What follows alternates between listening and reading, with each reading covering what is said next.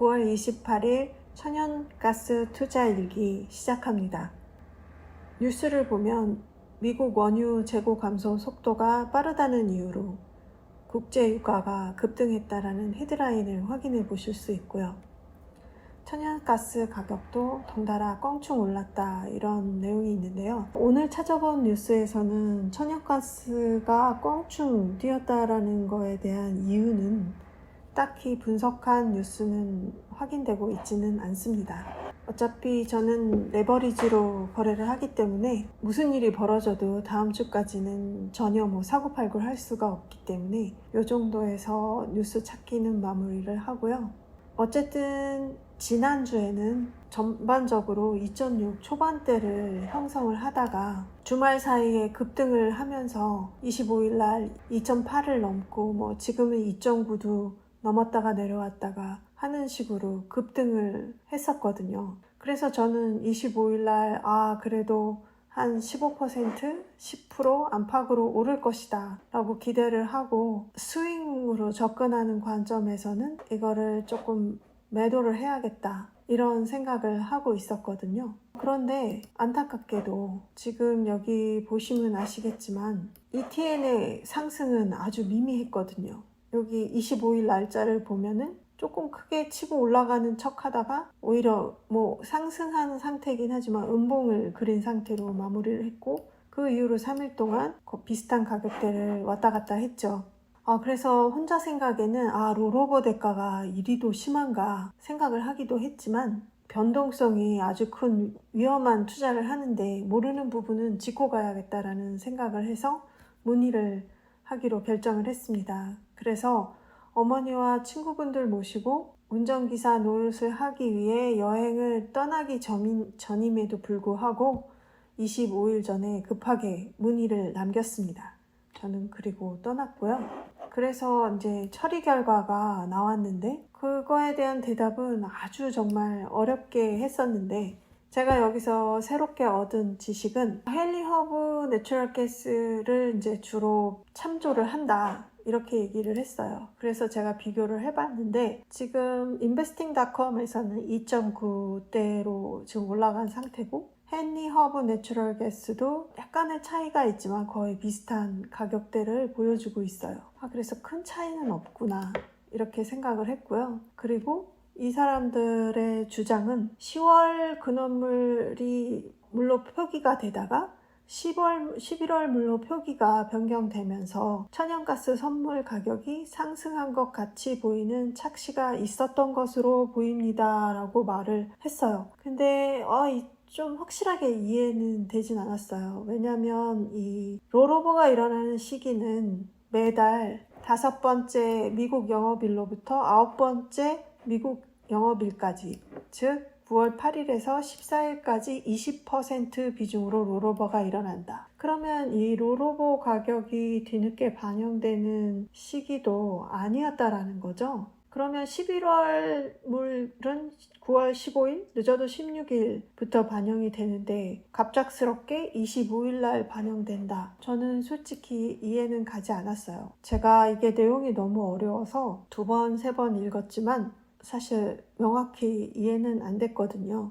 여기에 마지막으로 한 번 더 정리하는 설명으로 지수 계산의 기초가 되는 2개의 선물들은 천연가스 선물 근원물과 차 근원물로 구성됩니다. 네, 이렇게 얘기가 되어 있고 5번째 미국 영업일부터 9번째 미국 영업일까지 20% 비중으로 근원물, 차 근원물, 롤오버가 일어납니다. 따라서 위 예시 중에 20에서 25일에는 천연가스 선물 11월물 등락이 같이 반영되는 점을 참고 부탁드린다. 그러니까 이미 20일 이전부터 11월물이 반영되고 있는데 그게 왜 25일부터 그런 듯이 보였다라는 게 저로서는 충분한 설명이 되지 않았다고 생각을 했어요. 그래서 다시 문의를 그 내용대로 질문을 남겼는데 어떤 답변이 올지 아무튼 기다려보기로 결정을 했습니다. 하지만 거기다 추석이니까 답변은 네, 다음 주쯤에 받겠지만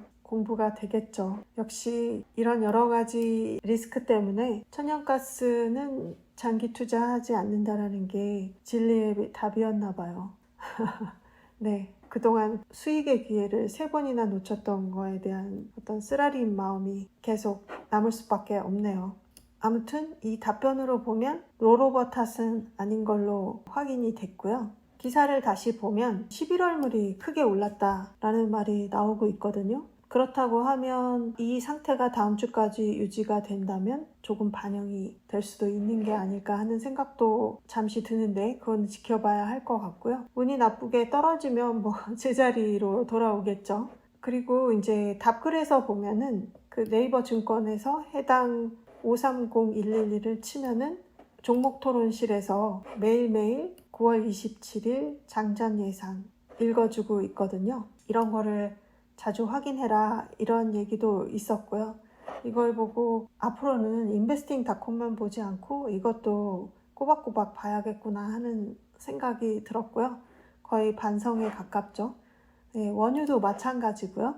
원유 같은 경우는 지금 이제 급등이 일어난 시기이기 때문에 다음 주 초반에 이거를 추가 매수를 할지 여부를 좀 결정을 해야 되겠다는 생각이 들고요. 원래는 지난주 중에 한번 매수 포인트가 왔지만 역시 이게 차트에만 의존해서 매수를 하면 안 될 것 같고 뉴스에서 어떤 전반적으로 원유가 상승을 할 수 있는 가능성이 많다라는 기사가 꾸준히 나왔었거든요.